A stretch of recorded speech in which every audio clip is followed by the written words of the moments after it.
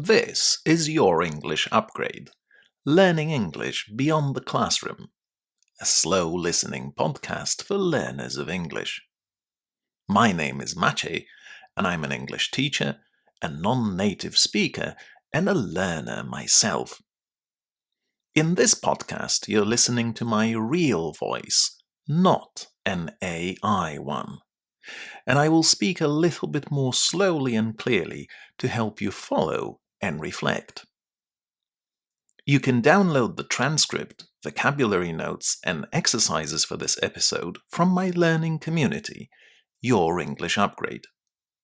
Joining the community is free, and you can find the link to these resources in the description below. So, hello everyone. Welcome to the podcast.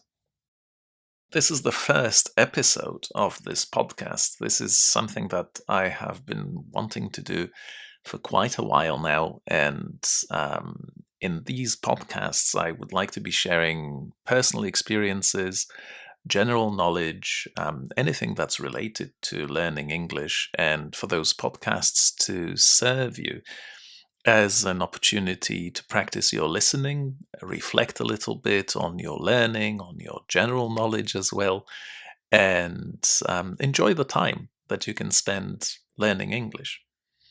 So today's episode is actually based on a personal experience, something that happened to me this Christmas.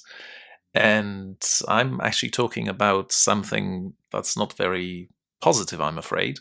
I would like to speak to you today about burnout. And burnout is something that happens to all of us. I think, I'm sharing this not because I think that my experience is special, but because I think it's very common. And I think it's very common, especially among people who are motivated, ambitious, they genuinely care what they want to do. And, this, I think, honestly describes many of you who are listening to this podcast, many learners of English, me included. As a non-native speaker, I also had to learn English, so it's a good thing to remember. Okay, so let's talk about what actually happened, and let's do it calmly, honestly, and without drama. So one of the things about burnout is that it never arrives suddenly. This was the third time, really, that it's happened in my life, but it was by far the most serious one that I've suffered from. So just to give you some context so you can understand where this burnout actually came from. So right about half a year ago, when I started my new learning platform, Your English Upgrade, I also started posting videos on YouTube and other social networks with quite strict regularity. So I decided that I would be posting one YouTube video per week, and I tried to stick to this as much as possible. And I was succeeding, by and large. It was quite a strict schedule, but it was doable for me.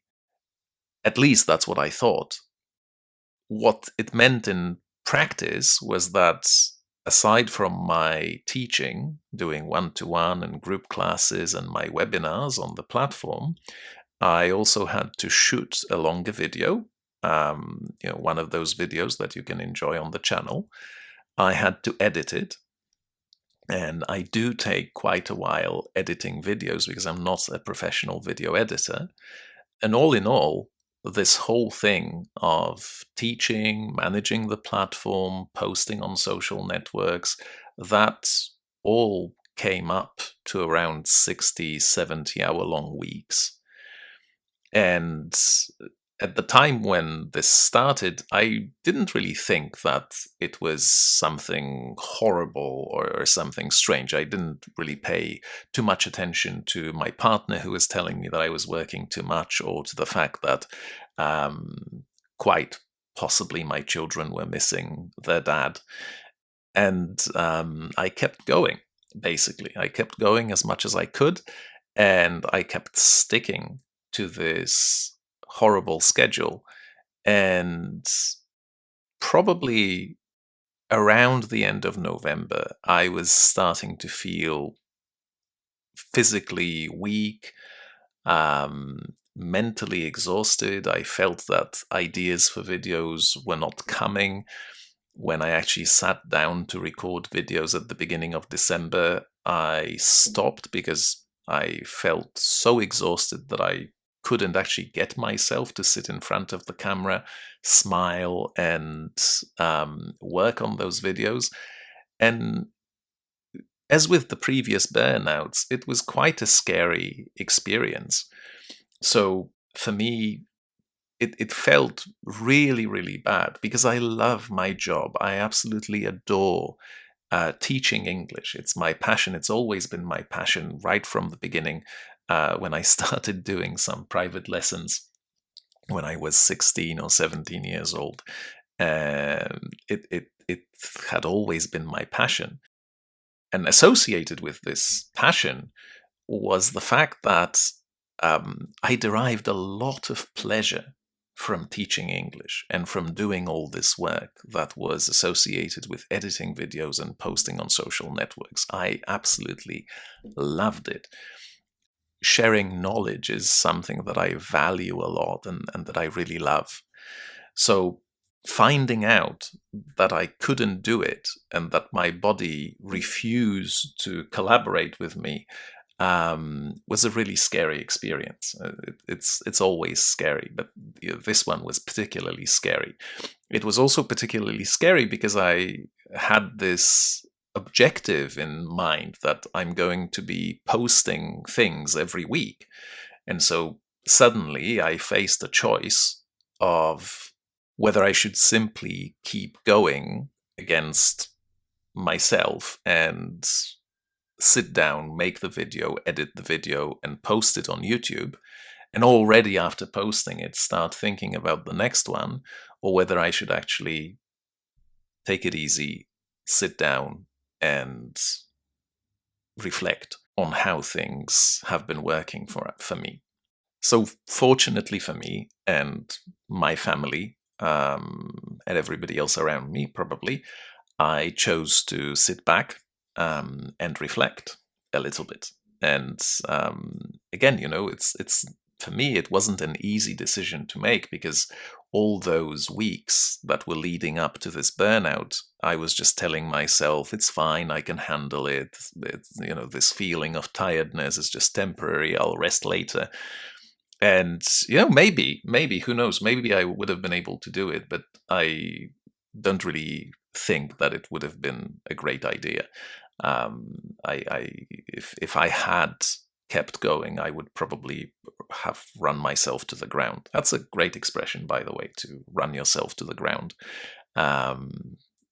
which basically means that you get so exhausted and so tired that you can't do anything else. It's a good expression to use in the context of burnout. So yeah, I just decided to sit down and reflect. And for me, if there ever was a good time for a burnout to come, it would have been around that time, that Christmas time, because things were slowing down at work.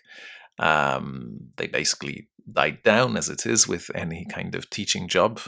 People would like to spend their time with their families and enjoy their holidays rather than learn English. And that's fair enough, obviously. But because of that, I had an opportunity to take a break without feeling guilty that I wasn't able to do classes. And so I had this space where I could physically and mentally rest. And once this physical exhaustion and mental exhaustion passed, and that took probably, 2 whole days, because at the beginning, on the 23rd and the 24th of December, I really wasn't able to do anything. I just wasn't human. So once that passed, I thought about my goals, I thought about where I was and where I was going. And one of the things that was very, very hard for me in this context was that, again, I had this superhuman objective of posting videos on YouTube every week. And in this context, I'm quite obsessive. Once I have a goal, I want to realize this goal at all costs. And it was very, very hard to decide to take a break from it all. You might have noticed that I actually haven't posted any videos since more or less the middle of December. And, this is one of those resolutions that I have made based on this reflection that hit me. And I think the biggest takeaway from this whole thing was that I realized that somewhere along the way, when I was working so hard, I lost the pleasure of sharing my knowledge with you. And I lost the pleasure of editing and making videos. And it was a horrible realization because, as I said before, teaching and sharing knowledge has always been my passion. So for somebody like me to realize very clearly that they're not enjoying what they've been doing is a really hard blow. It's a really hard thing to take. So this was, let's say, step one in this whole process for me, taking a step back from social networks and then trying to convince myself that I'm doing the right thing, that it didn't matter that I wasn't posting videos every week. And, even as I'm saying this, I have this very unpleasant feeling on my back because I can see the video descriptions of my videos on YouTube where it says that there is a longer lesson posted every Saturday at 6, and there are 5 shorts that I post between Tuesday and Sunday. And it feels weird to talk about this. But this is what I chose. I have to update those descriptions. As painful as it is to admit, I really have to take a step back.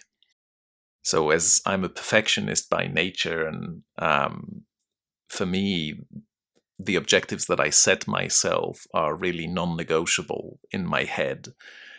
It was a real challenge for me to take this step back.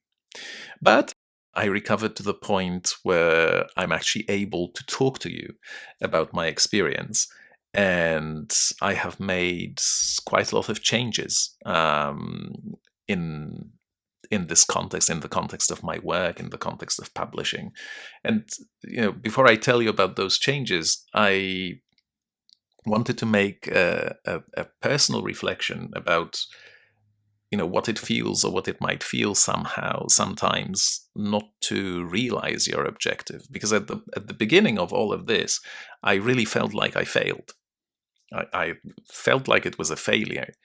And the relief that I've been talking about in this podcast didn't actually come for quite a few days. And even when it came, it was a roller coaster for me, an emotional roller coaster between feeling this relief and believing that I actually did the right thing, and anxiety that was overwhelming sometimes.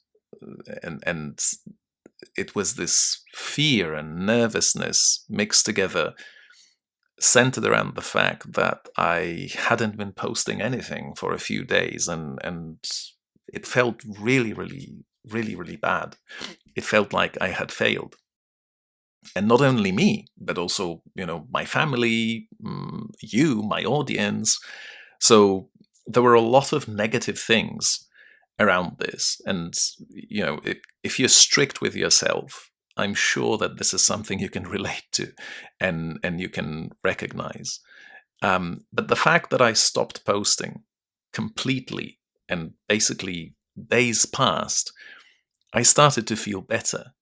And, what my recovery process really looked like was that I started to feel, actually, that I had more time. And for somebody like me who'd been working 70 hours per week, um, rushing madly from one thing to the next, work, family, food, shopping, doing some sports, and then having a fairly short sleep. Suddenly, this feeling of having time and not worrying, or better said, trying not to worry about posting videos or other things on social networks was really new to me. And it was a huge relief because it gave me mental space and more space to reflect. So, one of the things, for example, that changed for me was that suddenly my levels of patience towards my children increased dramatically. And this was quite funny, in the sense that I would describe myself generally as not a terribly patient person. And especially when it comes to dealing with young children, my children are 6 and 10 at this point. It it Dealing with children like that requires quite a lot of patience which I didn't normally have.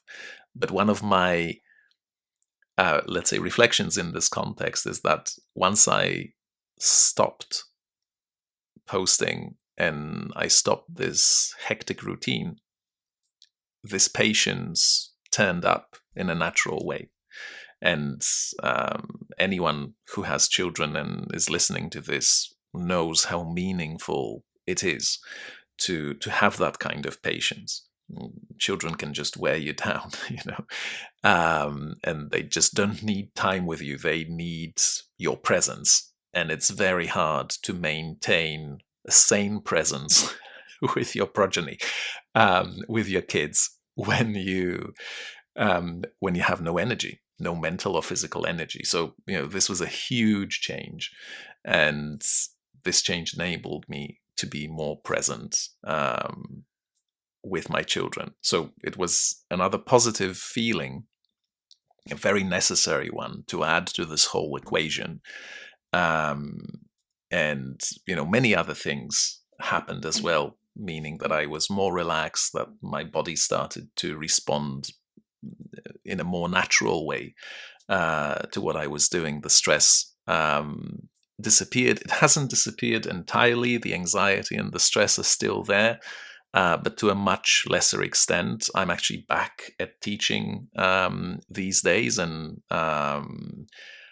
I'm really enjoying it. It's actually fantastic especially when I meet learners on Your English Upgrade on my platform, and we practice speaking, practice pronunciation together. It's great. It feels absolutely fantastic. And there were more things that changed, that I have changed. So, what actually changed? I didn't make any promises. They were not vague ideas. They were real, concrete decisions. So, first of all, for example, one of the things that I decided not to do was work at the weekends.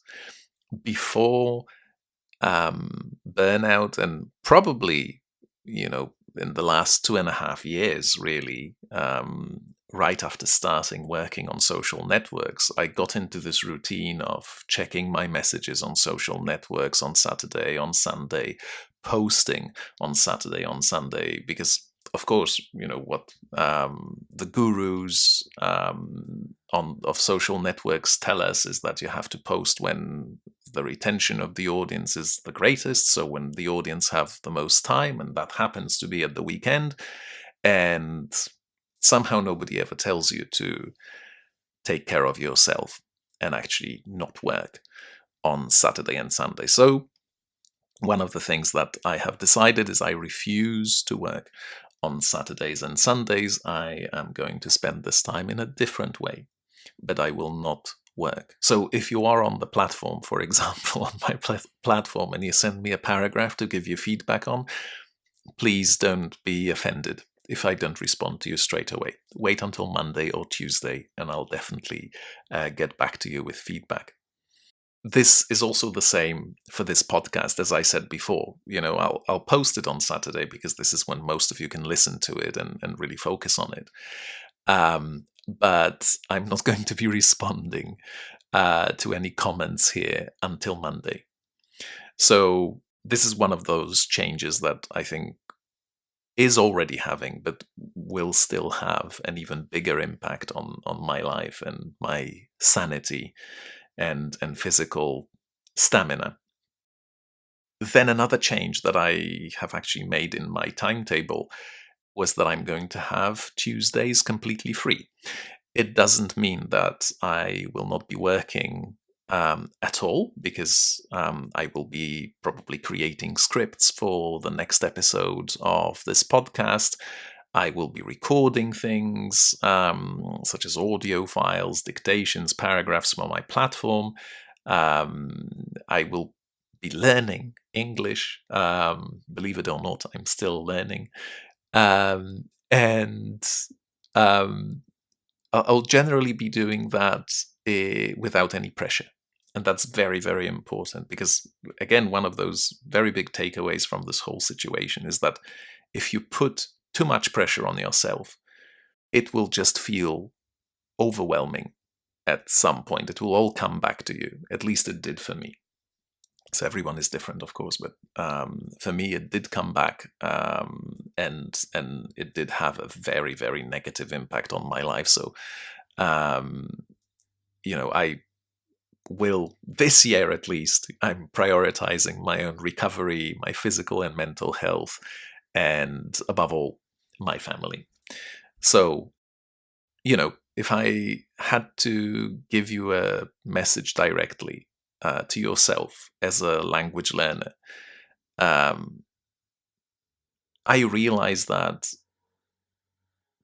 learning English can be something that's very hard for you to do. You have your family, you have your work, maybe you have children too. And, those three things, work, your partner, your children, these already take up a huge proportion of your day. And of course, let's not forget that you have to sleep, do shopping, have food. So in the end, there's very little time left for anything else. And if you have a lot of different priorities in this context, learning English is a very hard thing to do. So I guess, what I want to say is that I would like to tell you not to be too strict with yourself when it comes to learning English. Consistency is important, of course, but maybe instead of spending half an hour per day, you can spend 5 minutes per day. And this is going to be more than enough, probably. So stop and reevaluate your priorities. If something is truly a priority, you'll usually find time to be able to do that. But if everything is a priority, you'll just end up overwhelmed and exhausted. And exhaustion doesn't really help learning. I think we can agree on that. So take care of your health, take care of your well-being, of your relationships, people you love, and take your time. Enjoy the process. This is something that I have been repeating in my videos on my platform. Enjoy the process, enjoy the process. And as I said to you before, I did not enjoy it. I lost the enjoyment of the process, and this was a horrible, horrible thing. So just to finish this off, I wanted to tell you that I have also changed my approach to posting. And it's not only that I will not be responding to all my comments, but also you can expect new posts, not on some sort of a schedule, but I will simply be posting when I have things to post. And I will try to do that as regularly as possible.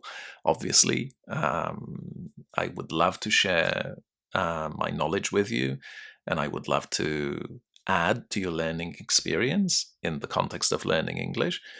But I would like to do it in a way that's going to bring me pleasure personally. And the way to do this, at least it seems to me that it's the way now, is to give myself time and to relax when it comes to posting, and post in a meaningful way. And coming back to what started this first episode of the podcast, the burnout,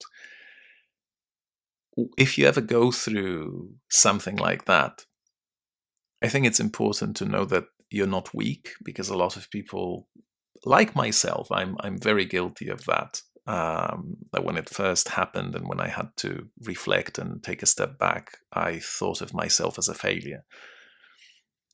It doesn't mean that you are weak. It actually means that you really care deeply, because all that time that you had been spending making those videos, posting those videos, learning, working, taking care of other people, all of this time is really proof of how much you care about your audience, in my case, about your family, maybe in your case, or about your company, in other people's cases. So it doesn't really mean that you're weak. It means that you care, that you love what you do, or you love the people you're with. And it's a very important thing to realize. But caring deeply also means knowing when to slow down. And this is somewhere where I failed. And this is definitely something that can be qualified as a failure on my part, because I didn't know when this moment, when I had to slow down, was, when it was an appropriate moment to slow down. So fortunately, I realized how wrong I was. And wherever you are right now, learning English, working, building something, try to listen to yourself in this context. If your partner is telling you to slow down, or that you're working too much, try to give it some thought. Maybe not too much, but some thought. But don't dismiss comments like these. This is what I did, and look where it left me. So that's more or less it. I'm having a problem wrapping this podcast up. It's my first episode, and I have no experience when it comes to making podcasts. So I guess I'll just say thank you very much for listening. I'll speak to you again, hopefully soon. And take care. Enjoy the learning process. If you would like to download any episode of this podcast, or you would like to practice your speaking or pronunciation, consider joining Your English Upgrade. It's my learning platform, which is mainly directed at helping you learn pronunciation and gain more confidence when it comes to speaking English.